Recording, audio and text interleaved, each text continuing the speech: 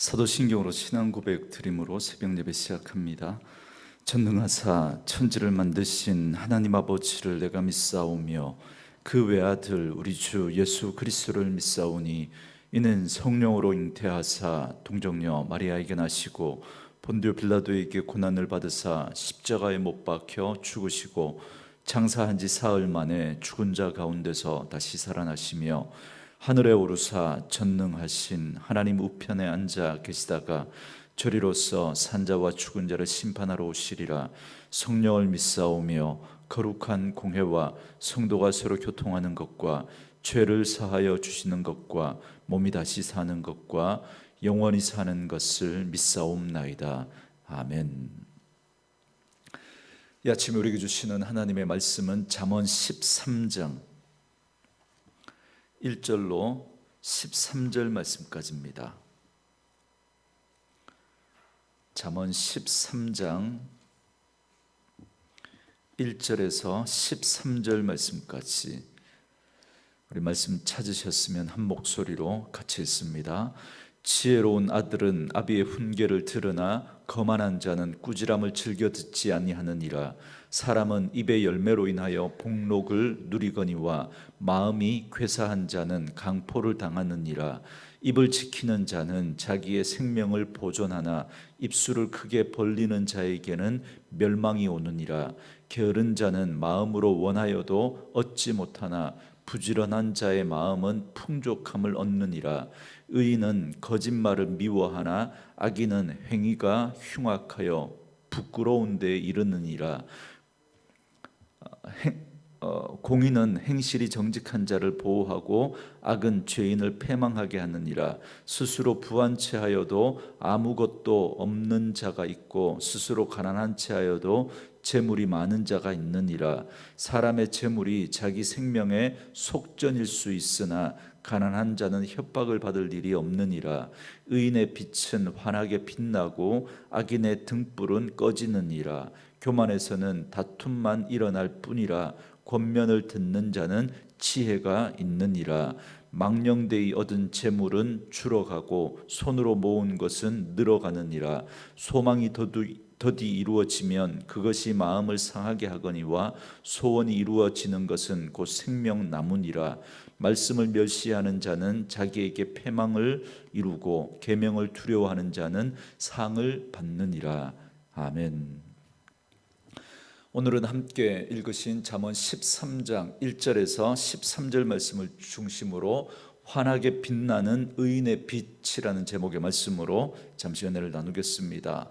솔로몬의 잠언 375 단편 경구집 가운데 오늘은 17번째 단락과 18번째 단락의 말씀입니다. 먼저 1절부터 6절까지가 17번째 단락의 말씀인데요, 언어와 관련해서 의인과 악인을 대조해서 말씀해 주고 있습니다. 1절 말씀해 보니까 지혜로운 아들은 아비의 훈계를 들으나 거만한 자는 꾸지람을 즐겨 듣지 아니하느니라 그럽니다. 지혜로운 아들과 거만한 자가 대조되고 있는데, 그런데 그것을 나누는 기준이 아비의 훈계를 듣느냐 듣지 않느냐, 그 말씀에 대한 그 태도로 구분이 됩니다. 이처럼 지혜로운 사람과 어리석은 사람, 더 나아가 의인과 악인을 나누는 건 교훈에 대한 태도에서 비롯된다는 겁니다. 그러니까 아버지의 훈계를 들으려고 하는 겸손한 태도와 자세가 지혜롭다 인정을 받을 수 있는 첩경이라는 겁니다. 그러나 이건 단순히 귀로만 듣는 걸 말하지는 않습니다. 들은 것을 잘 이해하고 감정적으로 받아들이고 행동으로 옮기는 것까지가 포함되는 표현이죠. 반면에 거만한 자는 꾸지람을 즐겨 듣지 않는다 그럽니다. 여러분, 거만하다라고 하는 이 말에는 업신여기다, 조롱하다라고 하는 그 뜻도 포함되어 있습니다. 그러니까 이건 훈계와 꾸지람에 대한 최악의 태도라고 말할 수 있습니다. 지금 선생님이나 부모님이 훈계를 하고 꾸지람을 하는데 거기에 대해서 업신여기고 조롱하는 그것처럼 여러분 최악의 태도가 어디 있겠습니까? 오늘 믿음으로 살아가는 우리 하나님의 백성들에게 말씀에 대한 태도가 그 사람이 믿음의 사람인지 아닌지를 나누는 기준인 거예요. 그래서 믿음은 하나님의 말씀에 대한 태도로 그렇게 계속 제가 설명을 해드리는 겁니다. 저는 저와 여러분에게 말씀에 대한 바른 태도와 자세가 있기를 주의 이름으로 축원합니다. 그리고 2절과 3절은 사람이 사회의 일원으로 살아갈 때 원칙으로 삼아야 할 언어 생활에 대한 교훈을 제시하고 있습니다. 2절과 3절 말씀에 사람은 입의 열매로 인하여 복록을 누리거니와 마음이 괴사한 자는 강포를 당하느니라. 입을 지키는 자는 자기의 생명을 보존하나 입술을 크게 벌리는 자에게는 멸망이 오느니라 그럽니다. 그러니까 말로 복을 부르기도 하고 말로 마음의 괴사를 쏟아내어 강포를 당하는 그런 일도 있다는 겁니다.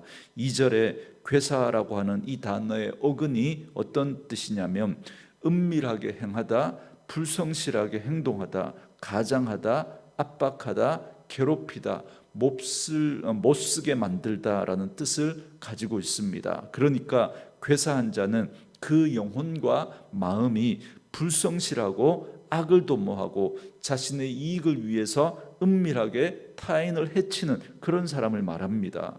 이런 마음을 가진 자들은 강포를 당한다는 겁니다. 그러니까 이런 괴사한 자들은 난폭하게 취급을 당해서 결국은 산산조각 찢어지게 될 것이다 라고 하는 그 말씀입니다. 그리고 3절에서는 입을 지키는 것이 생명을 지키는 것이고 입을 크게 벌리는 것은 멸망을 불러들이게 된다 말씀합니다. 여러분, 여기서 입을 크게 벌리는 자는 과장된 말과 무책임한 말을 그냥 아니면 말고 그냥 내뱉는 그런 사람, 남을 비방하는 그 사람을 말합니다. 이런 자는 공동체의 질서를 어지럽히고 타인을 괴롭게 하기 때문에 결국은 타인의 저주와 질시의 대상으로 전락하게 되고 그것으로 말미암아 스스로 멸망을 자초하게 된다, 그렇게 말씀하고 있습니다. 계속해서 4절은 게으른 자와 부지런한 자를 대조하고 있습니다. 4절 말씀에 게으른 자는 마음으로 원하여도 얻지 못하나 부지런한 자의 마음은 풍족함을 얻느니라 그럽니다. 마음에 원하는 것이 있어도 게으른 자는 얻을 수 있는 것이 없고 마음에 원하는 것을 위해서 부지런하게 행하면 마음에 풍족한 만족을 얻을 것이다 말씀하고 있습니다. 부지런함과 게으른 자에 대한 아주 일반적인 그런 이야기입니다. 그런데 여러분 좀 갑자기 이 4절 내용이 생뚱맞습니다. 그래서 이 말씀은 우리가 문맥상 이 지금 솔로몬의 단편 경구집 가운데 이 17번째 단락이 언어와 관련한 말씀이거든요. 그래서 그 문맥상 그 위치를 감안할 때 이 게으른 자와 이 부지런한 자라고 하는 이 표현도 말과 관련된 표현으로 해석을 해야 합니다. 그러니까 이 말로서 부지런히 한다라는 건 열심히 말을 많이 한다는 거죠. 그런데 우리가 잠언의 말씀을 계속 살펴봐서 알지만 말을 많이 한 것에 대해서 잠언은 결코 긍정적으로 이야기하지 않고 그것이 오히려 어리석은 자임을 계속해서 말씀하고 있습니다. 그렇다면 말로서 부지런하다라고 하는 이걸 우리가 어떻게 해석할 수 있겠습니까? 하나님 앞에서 기도하는 것이라고 그렇게 해석하는 것이 맞습니다. 그러니까 마음은 원인데 게으른 자는 기도하지 않기 때문에 아무것도 얻을 수가 없습니다. 그러나 반면에 부지런히 열심히 기도하고 구하는 자는 그 풍성한 응답을 기대할 수 있다, 이 말인 거죠. 그래서 기도해야 되는데 말만 하지만 실제로 그렇게 행동으로 정말 그 기도하지 못하기 때문에 응답을 받을 수 있는 것이 없고, 그러나 부지런한 자는 그 마음의 소원을 가지고 기도하는 가운데 하나님의 뜻에 따라 풍족한 응답을 받게 된다는 것입니다. 그리고 여기서 풍족함을 얻는다라고 하는 이 말의 본래 뜻은 살찌다, 윤택하다라고 하는 의미의 수동형 말입니다. 수동형. 그러니까 스스로 풍족해지는 게 아니라 다른 이에 의해서 풍족하게 되어진다라는 말입니다. 그렇기 때문에 이게 기도와 관련된다는 거예요. 내가 열심히 부지런하게 해서 스스로 풍족하게 되는 것이 아니라 하나님 앞에 기도해서 하나님이 풍족하게 해 주신다는 겁니다. 하나님의 축복에 의해서 풍족하게 되어진다는 거죠. 그리고 5절에서는 거짓말에 대한 의인과 악인의 상반된 태도와 그 결과에 대해서 말씀해 주고 있습니다. 5절에서 의인은 거짓말을 미워하나 악인은 행위가 흉악하여 부끄러운 데 이르느니라 그럽니다. 여러분, 거짓말을 미워하는 자가 의인입니다. 하나님은 거짓이 없으신 진실하신 진리의 하나님이십니다. 그렇기 때문에 하나님을 믿는 의인은 거짓을 미워할 수밖에 없습니다. 여러분, 거짓말을 하지 않는 게 아니라, 행동을 말하는 게 아니라 성향에 대한 말씀입니다. 제가 믿음을 성향에 대한 부분으로 말씀드리지 않습니까? 여러분, 구약의 의인이 신약적인 표현으로 하면 예수 믿는 사람을 말합니다. 여러분, 예수 믿는 우리들도 가끔 불쑥 어떤 상황을 모면하기 위해서 나도 모르게 거짓말이 나올 때가 있습니다. 그러나 정말 하나님을 믿는 그리스도인 의인은 어떻습니까? 그 거짓말한 것에 대해서 마음 아파하고 하나님 앞에 죄송하게 생각하고 그것 때문에 회개하고 기도하고 다시 그렇게 하지 않으려고 애를 씁니다. 그런데 만약에 아무렇지도 않게 거짓말을 하고 의도적으로 거짓말을 하고 그리고 그 거짓말을 하는 그 사람을 용인한다면 여러분, 그건 믿음의 사람이 아닌 거죠. 그건 의인이 아니고 악인의 길로 치우치고 마는 것입니다. 그런데 악인은 거짓말에 그치는 것이 아니라 그의 행위도 흉악합니다. 행위가 흉악하다라고 하는 이 말은 악취를 풍기다, 나쁜 냄새를 내다, 그런 의미를 가지고 있습니다. 그러니까 타인에게 혐오감을 준다는 거예요. 여러분, 그렇지 않겠습니까? 거짓말을 아무렇게나 막 하고 확인되지도 않은 말을 그냥 아무렇게나 내뱉는 그런 사람들, 우리 볼 때 혐오감을 느끼지 않습니까? 그렇게 많은 사람들에게 혐오의 대상이 되다가 결국 자신의 그 흉악한 행위가 만인 앞에 드러나게 되고 그로 인해서 부끄러움을 당하게 되는 그런 처참한 결과를 맞게 될 것이다 말씀하고 있습니다. 그리고 이제 마지막 6절은 공의와 악을 의인화해서 대조합니다. 여러분, 여기 공의와 악의 본질은 여기서 본질을 밝혀주고 있는데 6절에 보니까 공의는 행실이 정직한 자를 보호하고 악은 죄인을 패망하게 하느니라 그럽니다. 그러니까 공의와 악은 각각 하는 일이 있다는 겁니다. 공의는 정직하게 행하는 사람을 보호하는 그 역할을 한다는 겁니다. 그러나 악은 죄인들을 패망하게 하는 일을 한다는 겁니다. 그런데 한 가지 우리가 유념할 것은 이 악이 정의의 사도처럼 행해서 죄인을 벌준다 이 말이 아니라, 여러분, 로마서에서도 그 상실한 마음대로, 그 악한 마음대로 내버려 둔다라고 하는 것처럼 악이 그 사람으로 하여금 더욱더 죄를 짓도록 부추기고 그 삶을 죄악으로 몰아가서 결국은 그 죄인들이 패망하게 되는, 하나님 앞에 심판을 받게 되는 그 지경에 이르게 되는 것을 말합니다. 그러니까 악이 스스로 정의의 사도가 되어서 그 죄인을 그렇게 징벌하는 것이 아니라 죄를 짓도록 부추기고 내버려둬서 결국은 망하게 한다, 그 말인 거죠. 계속해서 이제 7절부터 13절은 솔로몬의 375단편 경구집 가운데 18번째 단락입니다.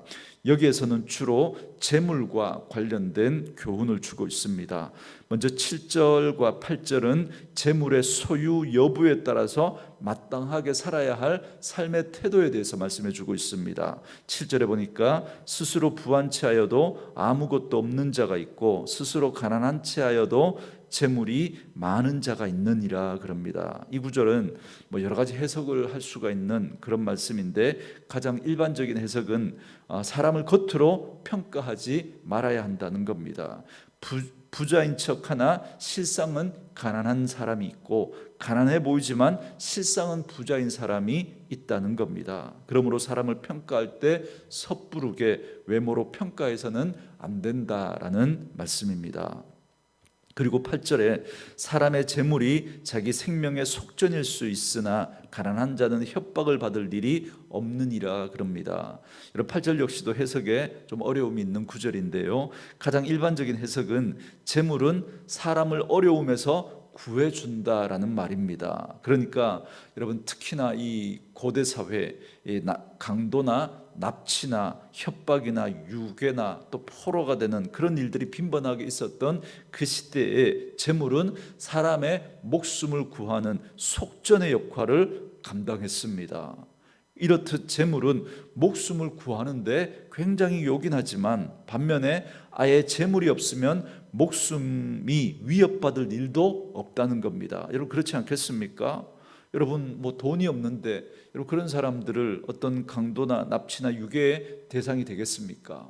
오히려 돈 있는 사람이 그런 납치나 강도나 유괴의 대상이 되지 않겠습니까? 그렇기 때문에 이 말씀은 재물의 유용함을 말하는 것 같지만, 그러나 사실은 재물로 인해서 곤란한 일에 처하게 되는 일이 많을 수 있다는 것을 경고해 주고 있는 말씀인 것입니다. 그리고 9절부터 10절 말씀은 의인과 악인의 가치에 대해서, 값어치를 지금 비교합니다.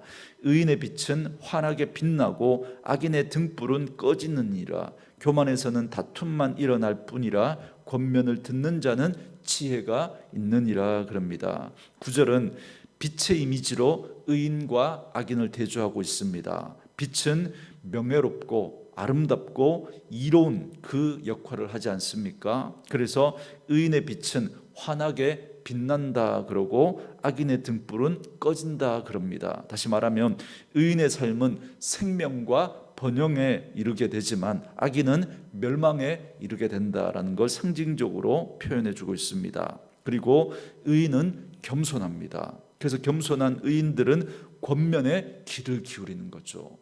여러분, 이 겸손도 하나님의 말씀에 대한 우리의 태도로 결정이 되는 거죠. 그래서 그 권면 속에 지혜를 얻고 그 빛을 환하게 비출 것입니다. 그러나 악인은 교만합니다.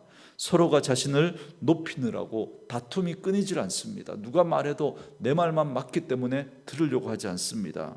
그래서 그 다툼으로 모든 것을 소진하게 되고 결국 그의 등불이 꺼지고 말 것이라는 겁니다.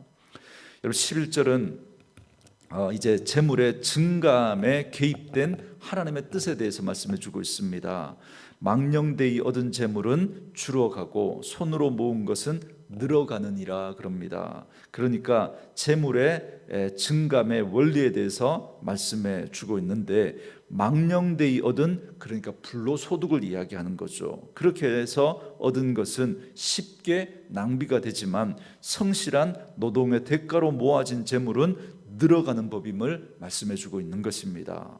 지금 하나님께서는 재물의 흐름을 주목하고 있습니다. 사람이 그릇되고 부정한 방법으로 재물을 축적한다면 그러한 재물은 안개처럼 증발하게 될 것이다. 그렇게 지금 말씀하고 있는 것입니다.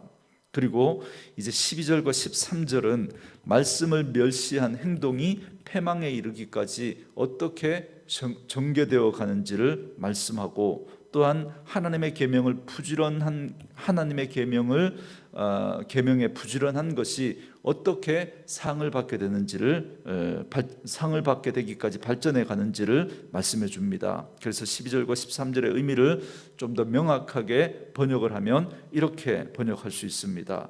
말씀을 멸시하는 자는 소망이 더디 이루어지게 되고 그것으로 인해 마음이 상하자 결국은 자기 스스로를 패망에 빠뜨리고 말았으며, 계명을 두려워하는 자는 소원이 이루어져 생명나무를 상으로 받는다, 이 말입니다. 그러니까 말씀을 멸시하는 자는, 그래서 하나님의 약속의 말씀을 이렇게 믿지 못하니까, 그러니까 하나님의 그 소망의 말씀이 더디 이루어지는 그걸 보고 마음이 상해서 좌절하고 절망해버려서 결국은 자기 스스로 패망해버린다. 자기 스스로 답을 내려버리고, 그러니까 내 인생은 안 돼, 이렇게 해버린다는 거죠. 그래서 패망에 빠지고 만다는 겁니다. 그러나 계명을 두려워하는 자는, 그러니까 하나님의 말씀을 두려움으로 받아들이고 결국 그 말씀이 이루어질 것을 믿는 자는 소원이 이루어져서 생명나무를 상으로 받게 될 것임을 말씀하고 있습니다.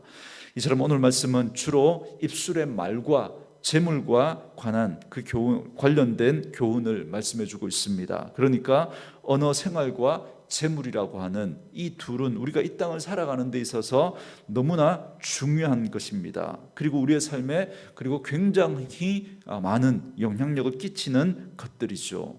이 땅에서 하나님의 풍성한 은혜와 생명을 그렇기 때문에 우리가 이 말과 재물에 대한 바른 태도를 갖게 될 때 우리는 참으로 지혜로운 삶을 살아갈 수 있게 되고 그것으로 말미암아 이 땅을 살아가면서 하나님의 은혜와 생명을 누리게 될 것입니다. 그러므로 말씀으로 이 하루를 시작하는 저와 여러분들은 늘 우리의 언어 생활과 재물에 대한 바른 태도와 자세를 꼭 가질 수 있기를 원합니다. 그래서 우리가 말에 대해서 늘 조심하고 함부로 또 이렇게 사실이 아닌 이야기를 그렇게 말하는 일이 없도록 늘 조심해야 되고, 우리가 말을 많이 해야 한다면 우리가 하나님 앞에 말을 많이 하고, 그래서 그것을 통해서 하나님의 응답을 받는, 그래서 하나님께서 우리의 삶을 세워가시는, 풍족해 하시는 은혜가 있기를 원하고, 또 그렇게 해서 또 하나님이 주어진, 하나님이 우리에게 또 은혜로 주신 그런 재물에 대해서도 우리가 청지기적인 자세를 가지고 그 재물이 하나님의 뜻에 맞게 바르게 흘러가는데 또 지혜롭게 사용하는 그런 지혜가 있기를 주의 이름으로 축원합니다. 오늘 주신 말씀을 우리 생각하면서 이 찬양 우리 들으시면서 함께 기도한 시간 갖겠습니다.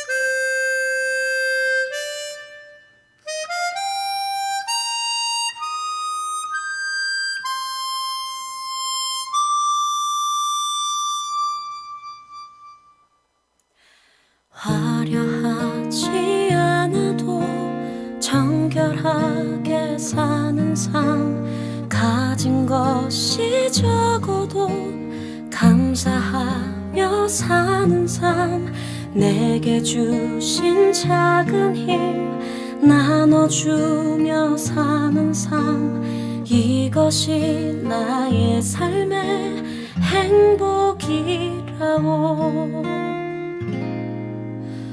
눈물 날 일 많지만 기도할 수 있는 것, 억울한 일 많으나 주를 위해 참는 것, 비록 짧은 작은 삶 주 뜻대로 사는 것, 이것이 나의 삶의 행복이라오.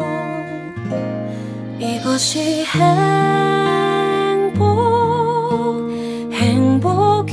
행복이라고. 세상은 알 수 없는 하나님 선물, 이것이 행복.